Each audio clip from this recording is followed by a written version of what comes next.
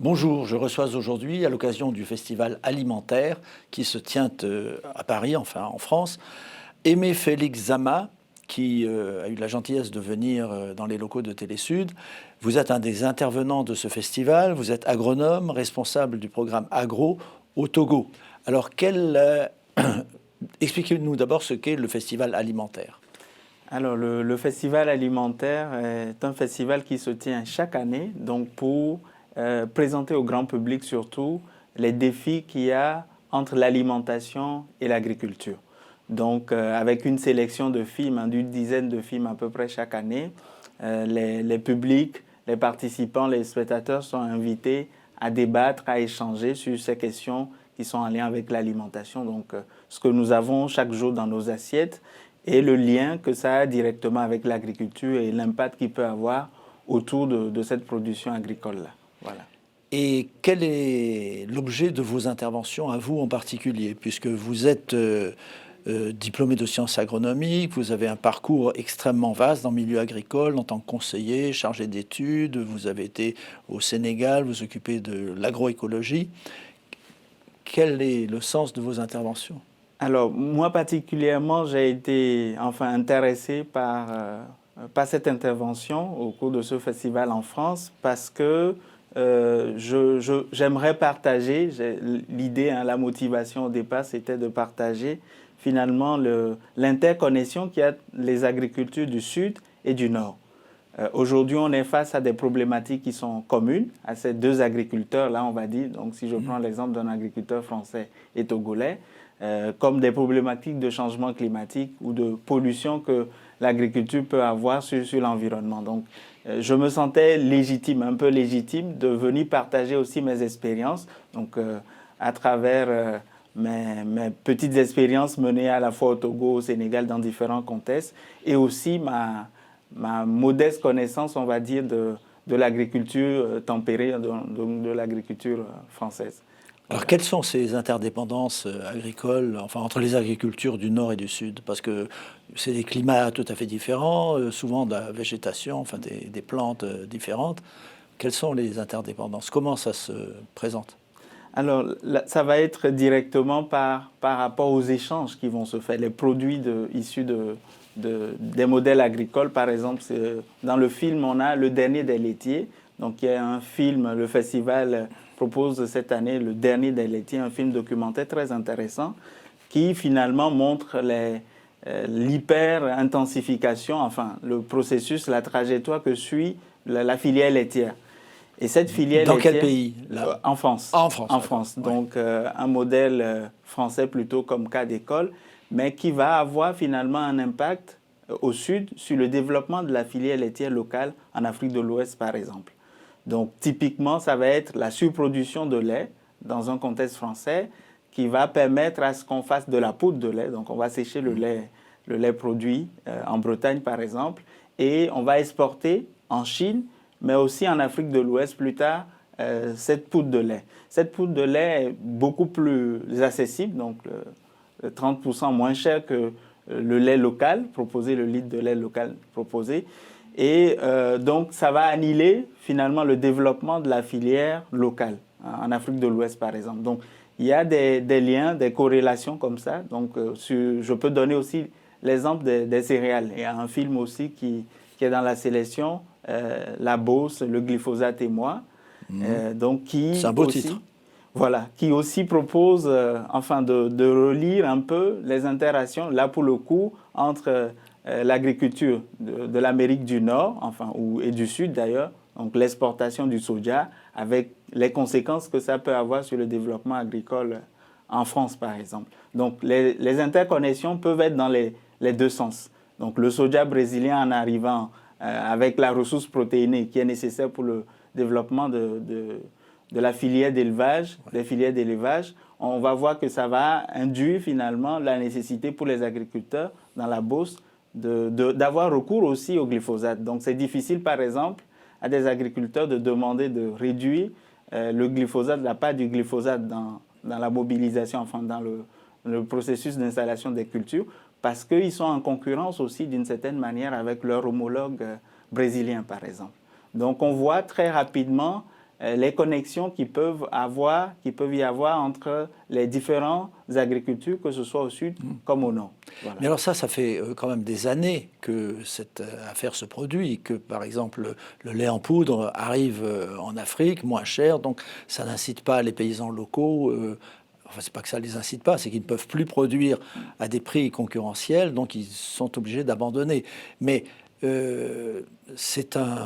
le voit dans de nombreux autres pays, pas seulement en Afrique, aux Antilles, on voit bien très bien la situation.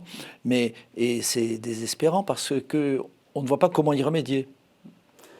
Alors, je pense, hein, et ce que j'ai essayé de dire tout au long de mes interventions là que j'ai eu à faire, c'est que nous consommateurs, enfin les consommateurs, ont quand même un levier essentiel, c'est-à-dire de choisir des modèles vertueux. Bon, ça implique de mettre la main à la poche, donc de choisir des produits qui sont sains, qui sont territorialisés, qui sont locaux, donc en lien avec des agriculteurs directement à l'échelle des territoires, et donc de soutenir finalement cette agriculture-là.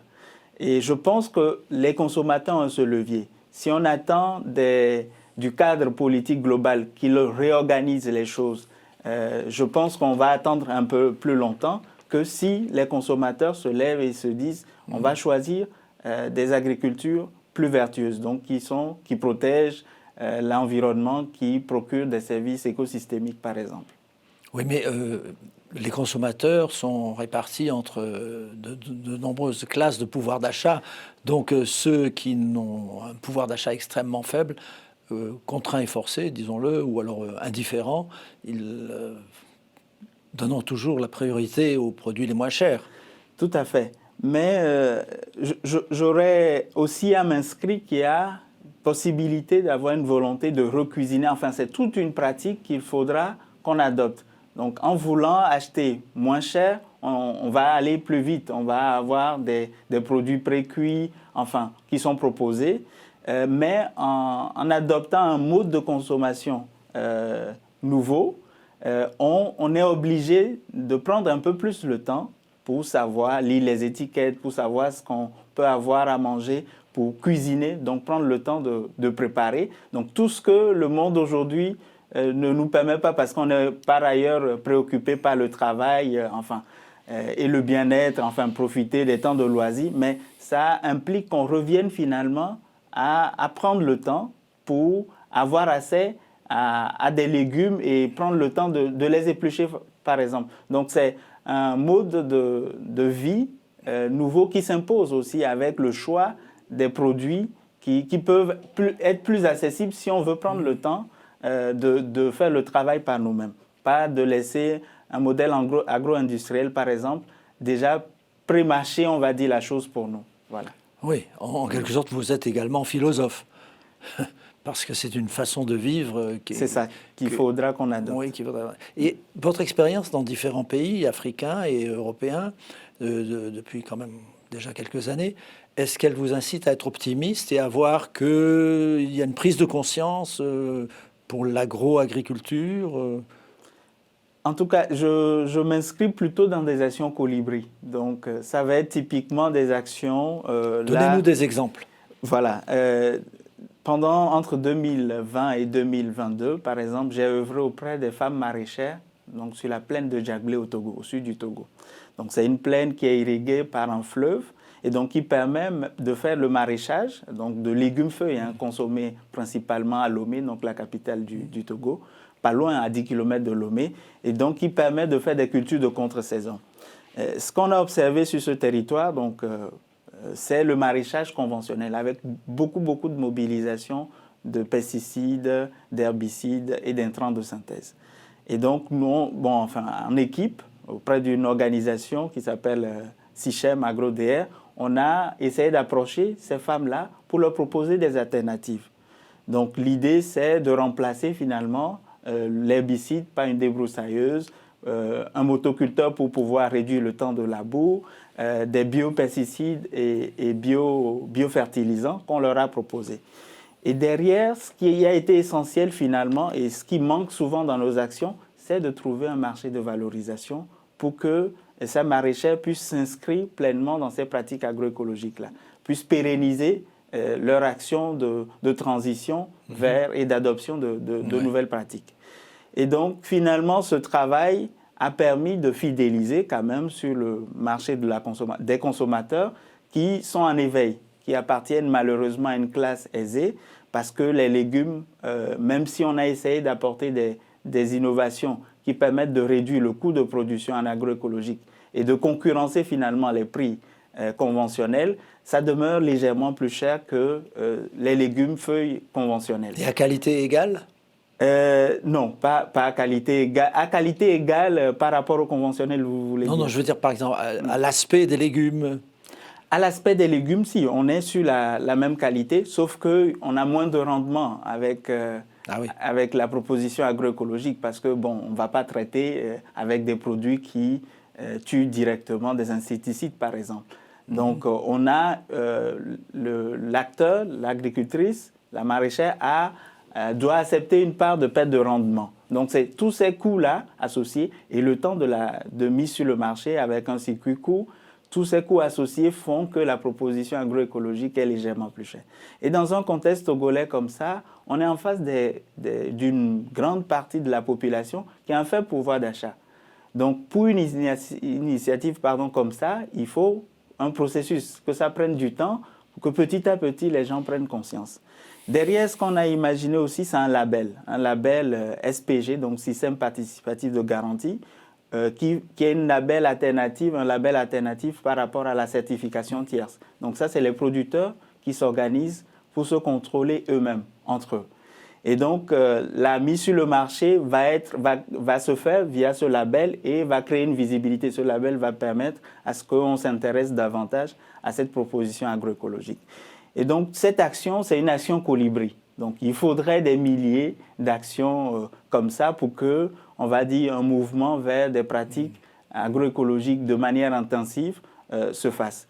Donc, voilà un peu des petites actions comme ça qui, pour moi, en tout cas, donnent de l'espoir, finalement, parce que c'est possible de les mener dans ce contexte-là, mais il faut que le politique ou enfin des cadres beaucoup plus macro s'en approprient pour que ça aille beaucoup plus vite, c'est sûr.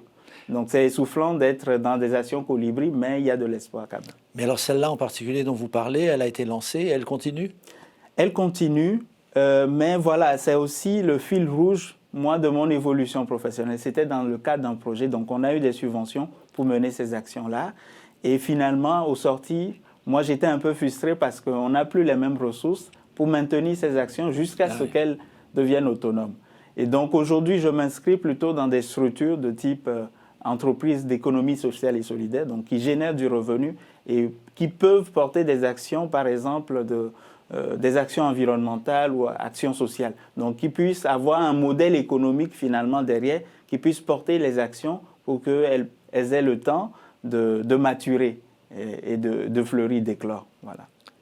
Et je vois que donc vous aidez au changement d'échelle des exploitations familiales et la structuration, c'est ça de ce dont vous parlez, des filières agroécologiques ? Tout à fait, tout à fait. Donc toute la réflexion va être de penser finalement... Concrètement, alors oui, de penser finalement un modèle finalement qui va tenir. Aujourd'hui, je me suis engagé à monter une ferme. Donc mon job actuellement, c'est de monter une ferme agroécologique.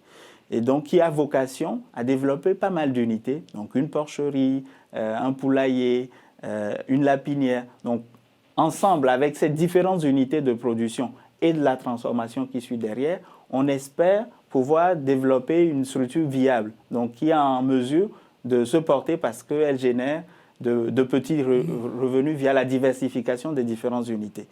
Et ce qu'il y a comme action sociale derrière, c'est de pouvoir former sur ces différents pôles, différentes unités, des agriculteurs qui sont autour de cette ferme agroécologique, par exemple.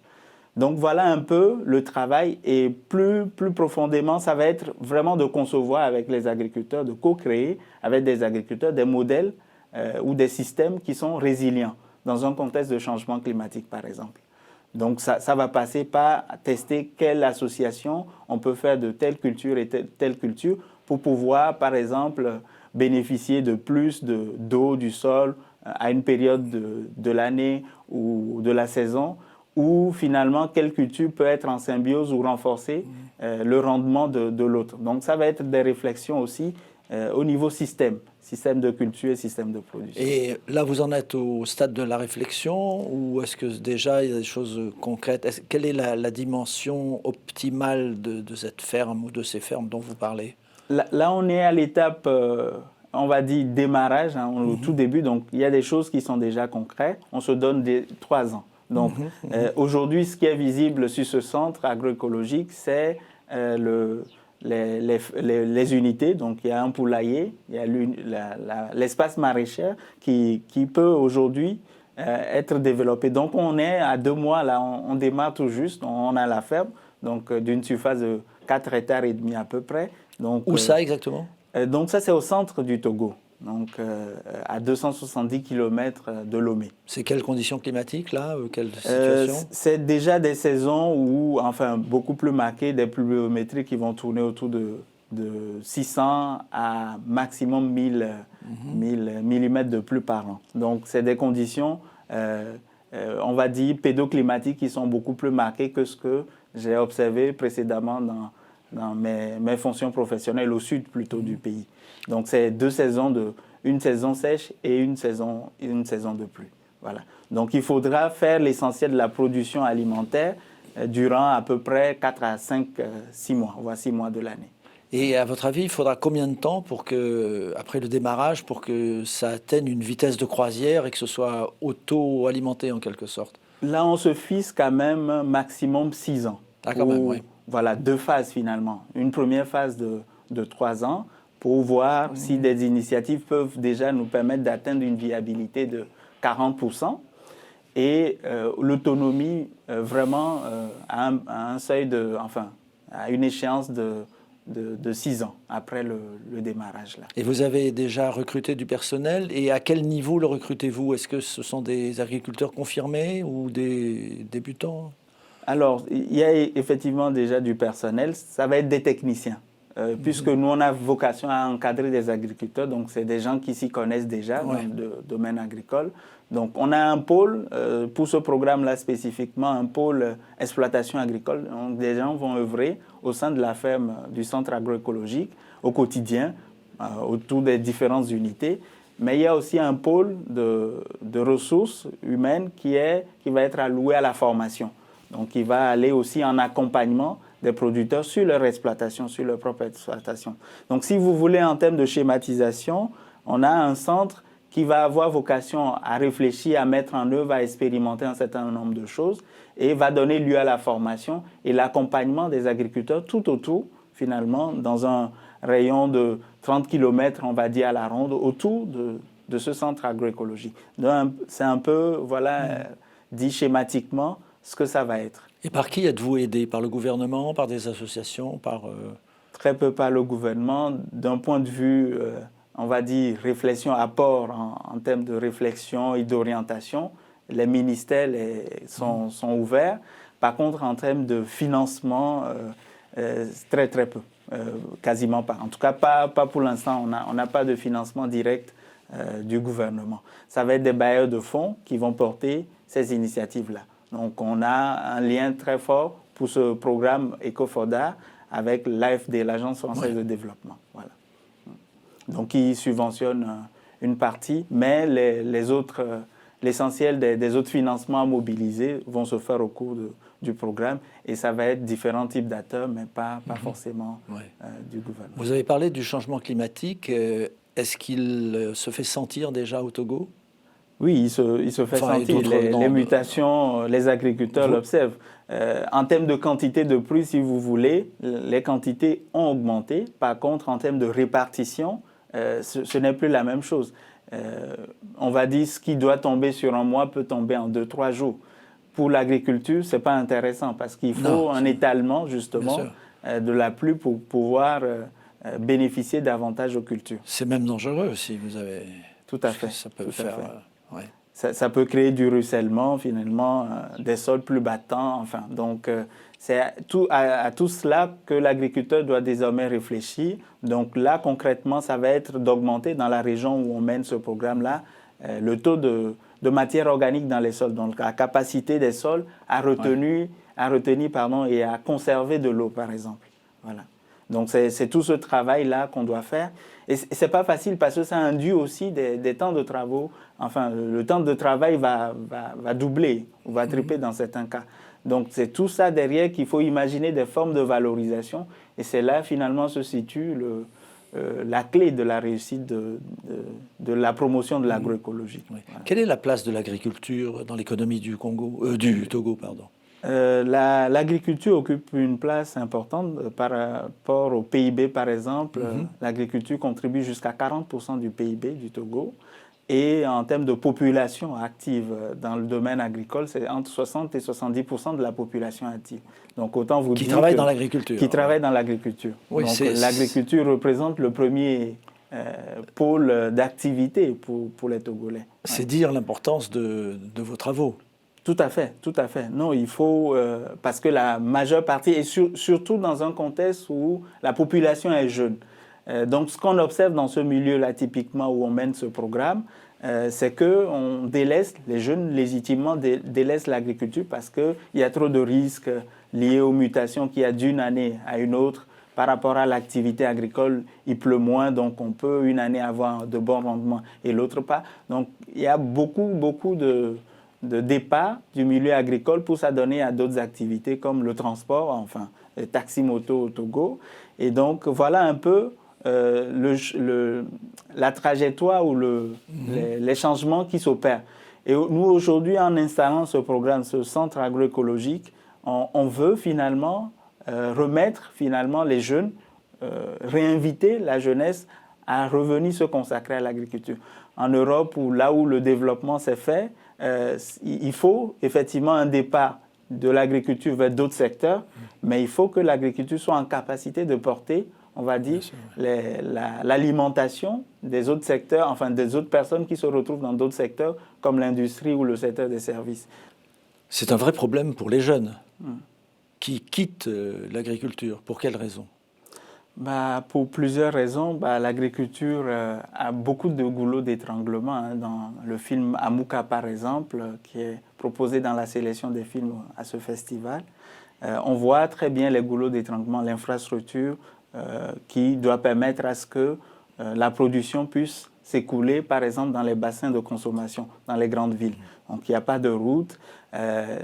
Et une fois sur le marché aussi, les produits ne sont pas valorisés à leur... en comptant ou en tenant compte des coûts de production. Donc, les jeunes vont justement chercher des secteurs qui sont beaucoup plus sûrs.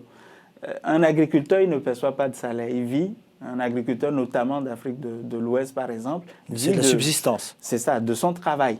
Et c'est vrai que ça peut être très déstabilisant si justement ce contexte de production de l'essentiel de son alimentation ne permet pas de le garantir. Et donc, les jeunes vont s'orienter vers d'autres activités, finalement, qui présentent plus ou moins de risques, on va dire, de revenus irréguliers, on va dire. Oui, et vous parlez des rendements aussi qui sont très faibles. Des rendements qui sont très faibles quand on compare les rendements en Afrique au sud du Sahara comparé au reste du monde. On voit que les rendements sont faibles. Donc moi, je m'inscris plutôt dans l'intensification agroécologique. Il faut nécessairement que les rendements augmentent en Afrique. Mais ça, il faut investir pour ça. Il faut investir, il faut surtout mobiliser, on va dire, et c'est la définition que moi je donne à l'agroécologie, mobiliser de manière intensive les processus biologiques. Donc ça nécessite d'observer et de mettre en relation un certain nombre de processus pour que le rendement derrière puisse augmenter. Donc typiquement, la place des légumineuses, par exemple, dans la rotation, dans l'assolement, donc au niveau des systèmes de culture, doit être beaucoup plus prépondérant dans certains systèmes. On va mobiliser davantage de matière organique pour redonner finalement la fertilité à des sols. Voilà, donc ça va passer par un certain nombre de pratiques agroécologiques, mais qui doivent viser finalement l'augmentation des rendements. Et vous êtes bien accueillis, vos propositions justement d'amélioration par les agriculteurs? Ils comprennent la nécessité de changer, d'évoluer? Ils comprennent la nécessité parce qu'ils l'observent, ils le ressentent eux-mêmes dans ce contexte-là. Après, ce que moi j'essaie de proposer en allant à la rencontre des agriculteurs dans le processus d'accompagnement, c'est vraiment de l'agroécologique de marché. Je suis conscient, donc qu'est-ce que je mets dedans? Je suis conscient que ces acteurs doivent pouvoir se nourrir à partir de leur activité. Donc il faut leur garantir des revenus qui soient à la hauteur de l'investissement en termes de temps de travail supplémentaire qu'exige l'agroécologique, par exemple. Donc, il faudra tenir compte de ces éléments-là dans la proposition qu'on va faire aux agriculteurs. Mais ils sont très réceptifs. Merci beaucoup. Nous sommes malheureusement arrivés au terme de cette émission. Je vous remercie, Aimé Félix Zama. Je rappelle que vous êtes spécialiste des questions agricoles au Togo et vous êtes en France à l'occasion du Festival alimentaire. Merci beaucoup pour toutes ces précisions. Et merci à vous d'avoir suivi cette émission.